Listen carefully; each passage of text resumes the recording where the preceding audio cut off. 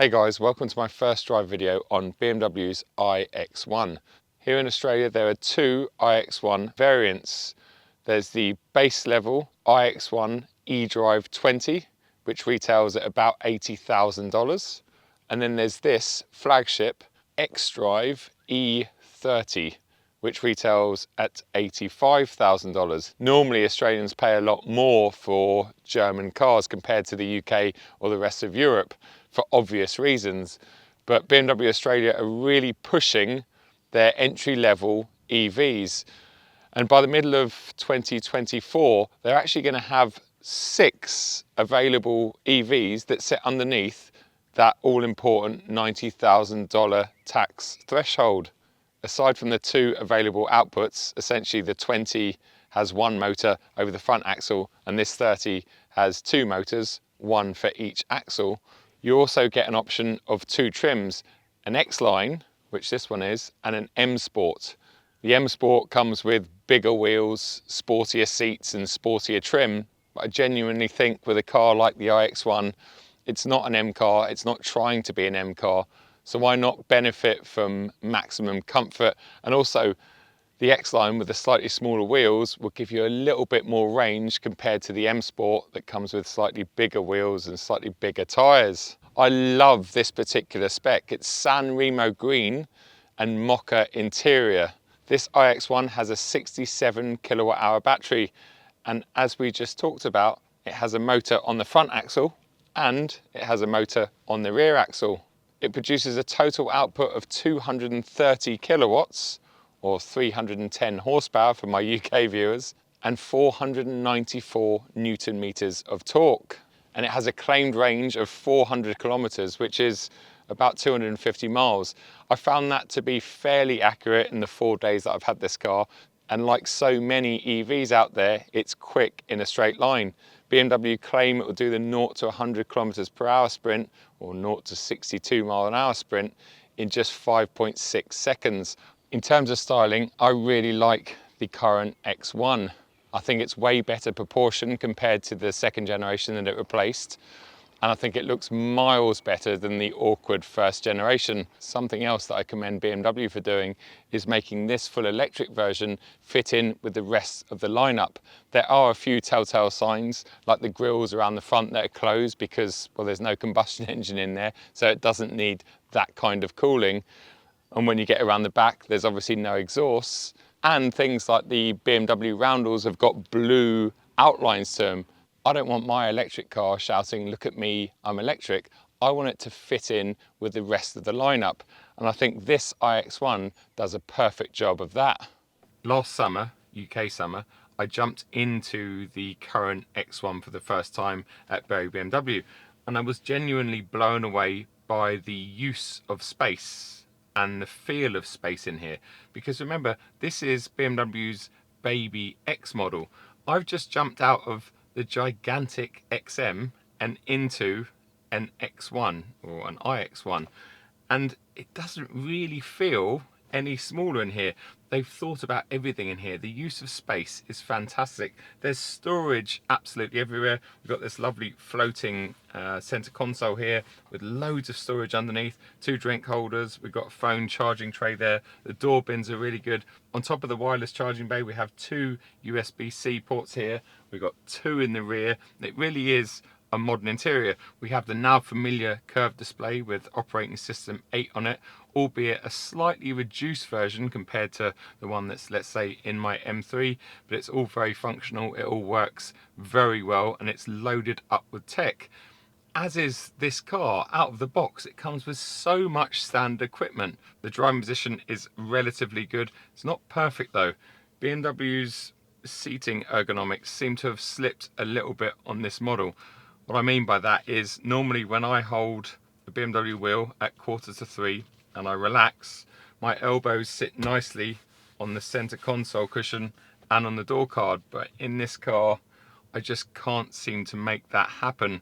There are some cheaper plastics in here, but nothing that you wouldn't expect and nothing that really stands out like a sore thumb.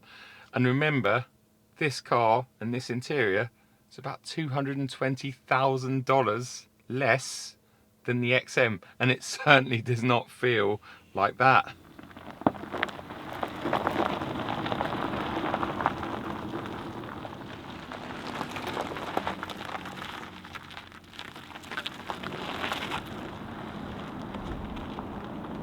I have genuinely enjoyed my time with the iX1 over the past 4 days or so.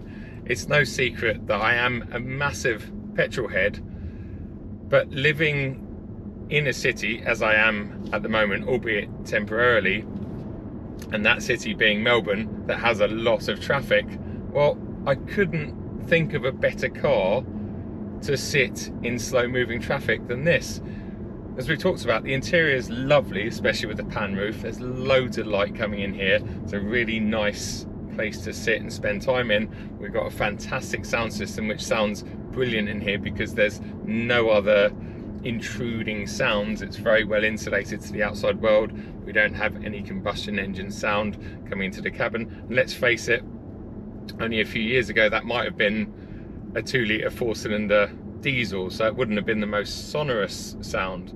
But something that really does appeal with EVs in general, but this particular car that I've noticed over the past few days, is when you're in slow moving or standstill traffic, it doesn't frustrate you as much being in one of these as it would if I was in, say, my M3, because the M3, it's like an excitable puppy. It always wants to go and play, and when you're sitting there stationary and you've got that lovely 3-litre 6-cylinder humming away, it's not happy sitting there. It wants to go, and you as a result end up getting a little bit stressed by it. At least I do. Whereas in this car, when you come to a stop, there's nothing urging me to go on.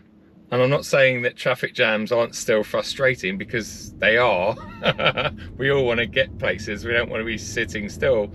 But when you're in this, it's a better place to be than in something that does have a combustion engine. And that's before you consider the tailpipe emissions or lack thereof.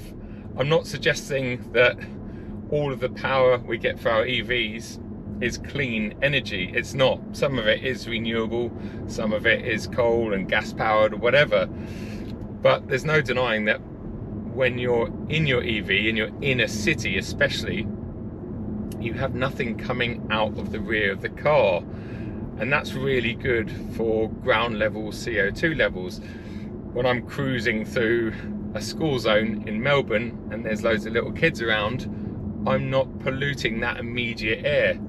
Sure, the energy that I've got in my car might have come from a dirtier source, but that's out of town. And I've always wished that rather than focusing on the whole world and the whole country and trying to electrify the whole thing, I wish that governments would have focused more on big cities like Melbourne, like London, like Paris and everywhere else in the world, and try to electrify them, because I think reducing the immediate CO2 level in cities is a really good thing.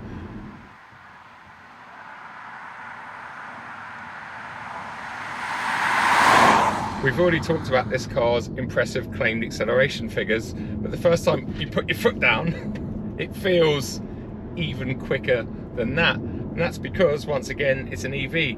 So your maximum torque and your maximum power are available just like that. Unlike with a combustion engine, where your torque and your power has to build. And that's really useful when you're joining a highway, motorway, whatever you call it over here in Australia, or when you're pulling out of a blind junction. It's really nice to have that immediate power and torque available. And this being the X-Drive variant, where you've got plenty of traction, so you're going to get that acceleration come rain or shine.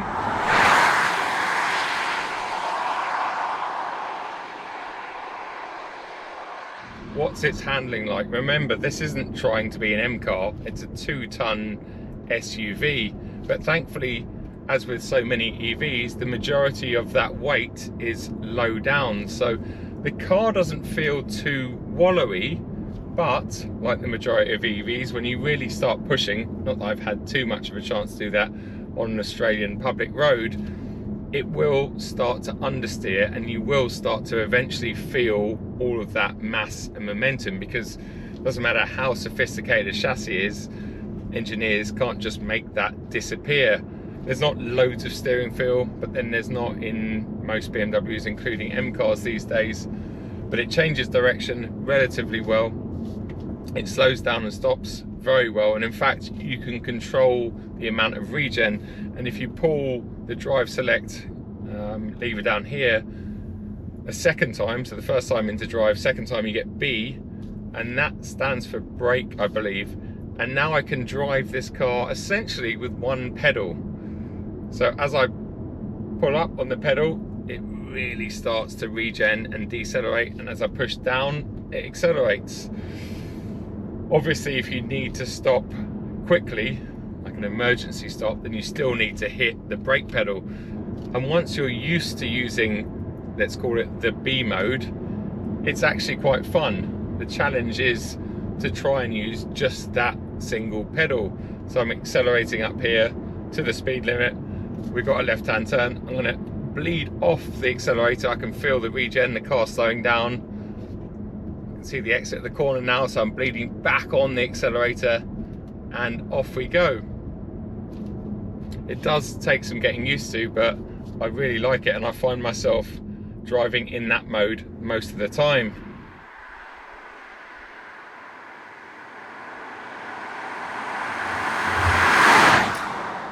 In terms of the charging network over here, well, like most countries, I wouldn't say it's amazing. I was living in Western Melbourne for the first 5 or 6 days of my trip with the XM, and I found the network over there to be pretty poor. When I moved over towards East Melbourne, it's definitely somewhat better.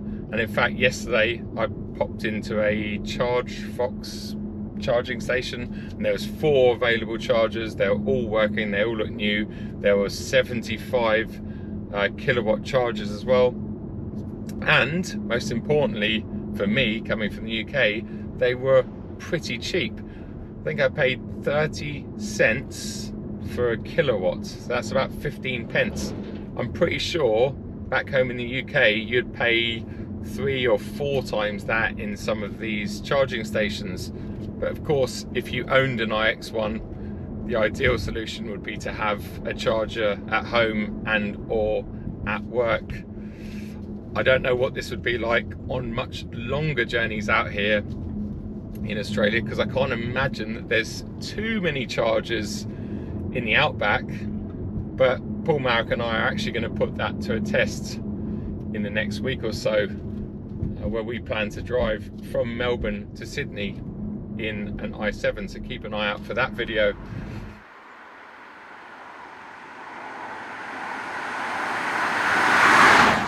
So what's my conclusion? Well, I really like the X1 already, and I can't wait to get my hands on the X1 M35i, because I think that is a really good looking piece of kit. And if you missed my walk around video on one of those, there'll be a link up here. But this electric only iX1 makes a really strong case for itself. Sure, the range in an ideal world could be a little bit longer, but it's not horrendous by any means. And my 4 days living with it in and around a busy city, well, like I said a bit earlier on, I couldn't have wished for anything more. I actually think I've had more fun and less stress driving this around than I did in the big XM. And that's saying something, because the XM was a very nice place to be, regardless of what you think about its looks on the outside. I'm going to miss this car, not too much, because I'm swapping it a bit later for an M3 CS, but the M3 CS will definitely not be as good around town. And no, I'm not losing my marbles, I'm being genuine. I really enjoyed this car, to the point that I think if I lived where I used to live, on the outskirts of London, in a little village called Denham, and I did my commute into London very regularly like I used to, I would actually want one of these to do that commute. Probably still have my M3 when I turn the other direction and headed out to the countryside, but that's not taking anything away from this car. Anyway, I hope you enjoyed this video. Massive thanks to Nick and BMW Australia for giving me this car and giving me loads of cars and let me produce lots of content out here. Really, really appreciate it. Please stay tuned for another video coming very, very soon. Cheers.